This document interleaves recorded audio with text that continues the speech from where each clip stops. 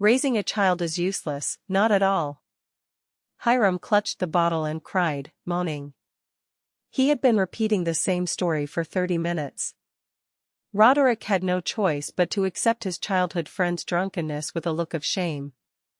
Hiram contacted him, telling him that his son had abandoned him and asked him to come play with him. Roderick went hunting with him, but this time, he stopped him by having a drinking party and telling him to go home. My Winnie abandoned me. This dad. Oh, the glass is empty. One more glass. Hiram stopped crying again and poured himself a drink, tongue-tied as he noticed Roderick's empty glass. And Roderick couldn't help but laugh and drink in one gulp. It was impossible to say anything unpleasant to the Emperor, but his old friend's drinking habits were quite annoying. Well, still much better than that Byron guy. Maybe he was drunk too, although not as drunk as Hiram. Roderick, lost in nostalgia, smiled bitterly as he remembered his old friend. The most evil person who took his daughter and raised her to be the one to kill him. He placed the precious imperial wine glass he was holding on the table with a dull thud, trying not to break it. And then Hiram, sitting across from him, fell asleep. He seemed overcome by alcohol. Your Majesty, are you sleeping? Your Majesty. Roderick called him several times, but Hiram did not answer. He seemed to be fast asleep. I can go home now. Up to this point, he was considered to have maintained his loyalty as a friend to the extreme. He left the palace, vowing that the next time he saw Winfred, he would tell her not to leave His Majesty the Emperor alone. He arrives home very late, and when he returns, the Duchess will scold him. The Emperor's chamberlain addressed Roderick, who was boarding the carriage with a look of deep apology. Roderick, with a red face, gave a strange little laugh and replied, "When I was drunk, just thinking about my wife Ophelia made me laugh. She is very angry, but I can't do anything. Please take care of His Majesty's hangover cure tomorrow morning." "Yes, please return safely, Your Excellency." Roderick leaned his face against the carriage wall. As the horses began to gallop, the autumn breeze came through the window, which seemed to calm his hangover a little. Upon arriving at the mansion, the butler ran to greet him. "Are you coming now, Your Excellency?" "Yes, everything was fine, right?" "Well, Your Excellency, I have an urgent letter. It is from Baron Hersig." "Baron Hersig?" Roderick cocked his head at the thought of someone he was unfamiliar with sending a letter so quickly. If it had been anyone else, he would have simply thought that it was a letter asking for a favor, but rumor had it that Baron Hersig was a man who lacked flexibility, so he couldn't ignore it. A moral, fair person with more principles than anyone. Since such a person sent him a letter, although he was not even close to him, he decided to check it. Of course, in a sober state. Right now, he just wanted to go home, take a quick look at Ophelia and Noah, and then go to sleep. I was tired. I'll review it tomorrow, so leave it on my desk. That, he said, was an extremely urgent matter. Send it by special magic mail the next day. Next day magical express mail was very expensive, and even nobles would never use it for anything more serious. But the news came from Baron Hersig, a man known for his poverty, at such a high price. I felt it needed to be confirmed immediately. Give it to me. Yes, Your Excellency. When Roderick extended his hand, the butler politely handed him a sealed envelope. It was sealed with a magical seal that could only be opened by a designated person. Roderick frowned as he recognized the seal. It was expensive, after all. What on earth could it contain to justify such a quick and thorough delivery? His hands grew impatient as he opened the envelope. And as Roderick quickly read the letter, he felt the alcohol disappear completely. It was about a lost princess found on the Hersig estate and protected.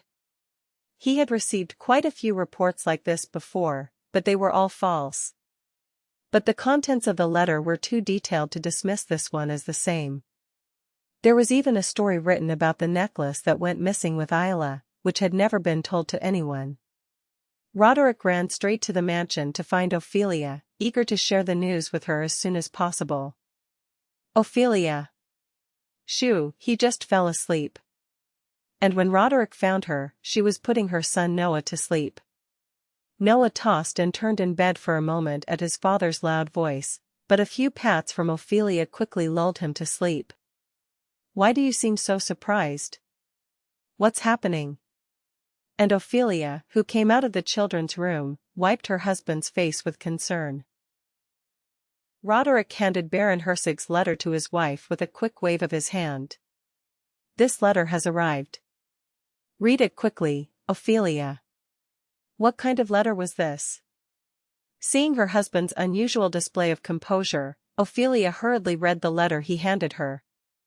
The more he read, the more his eyes opened. Isla. After reading the letter, he whispered his daughter's name in a low voice. Then he quickly looked around.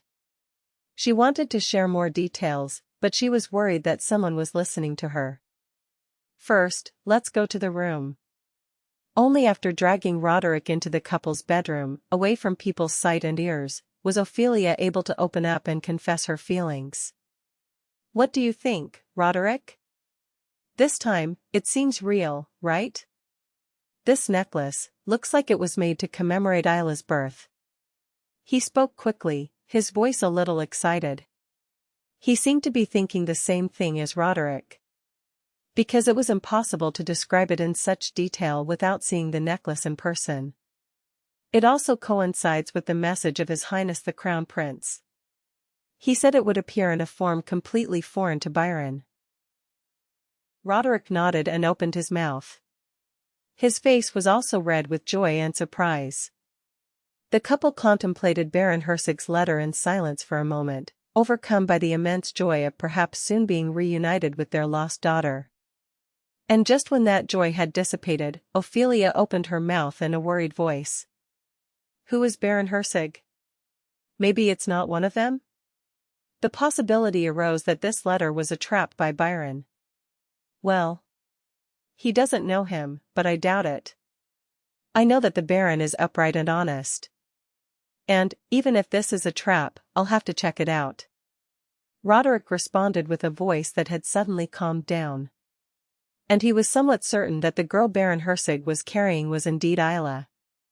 Byron said that he planned to kill him at Isla's hands. But to do it, he had to send Isla home first. I'll go myself, Ophelia, he said, kissing Ophelia's forehead. Father, what worries you? Lisa Hersig asked, looking at her father, deep in thought and with a serious expression.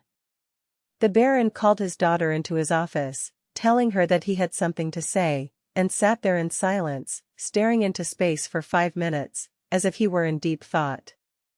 Ah, it's because of Isla. Yes, what about Isla? It seems that we have found the biological parents of that girl. At her father's words, Lisa's eyes widened and she beamed. My God, really? How wonderful. But why do you look so sad? The girl, who had endured unbearable hardships as a young girl, had finally found her biological parents. It was cause for celebration, but the father's face was gloomy and disconcerting. I'm worried that the girl will get confused. Isla lived her entire life as a commoner in a remote mountain village, isolated from society. But she was the daughter of a nobleman, and also of dukes.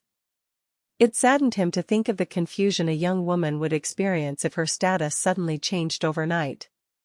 Lisa couldn't hide her surprise upon hearing her father's whole story, but on the other hand, she felt the same as him.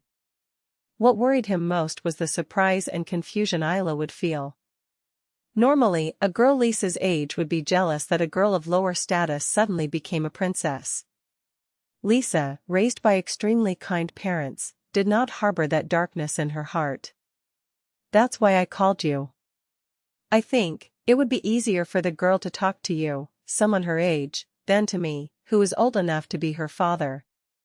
Plus, she's very understanding of you. It's a good idea, father.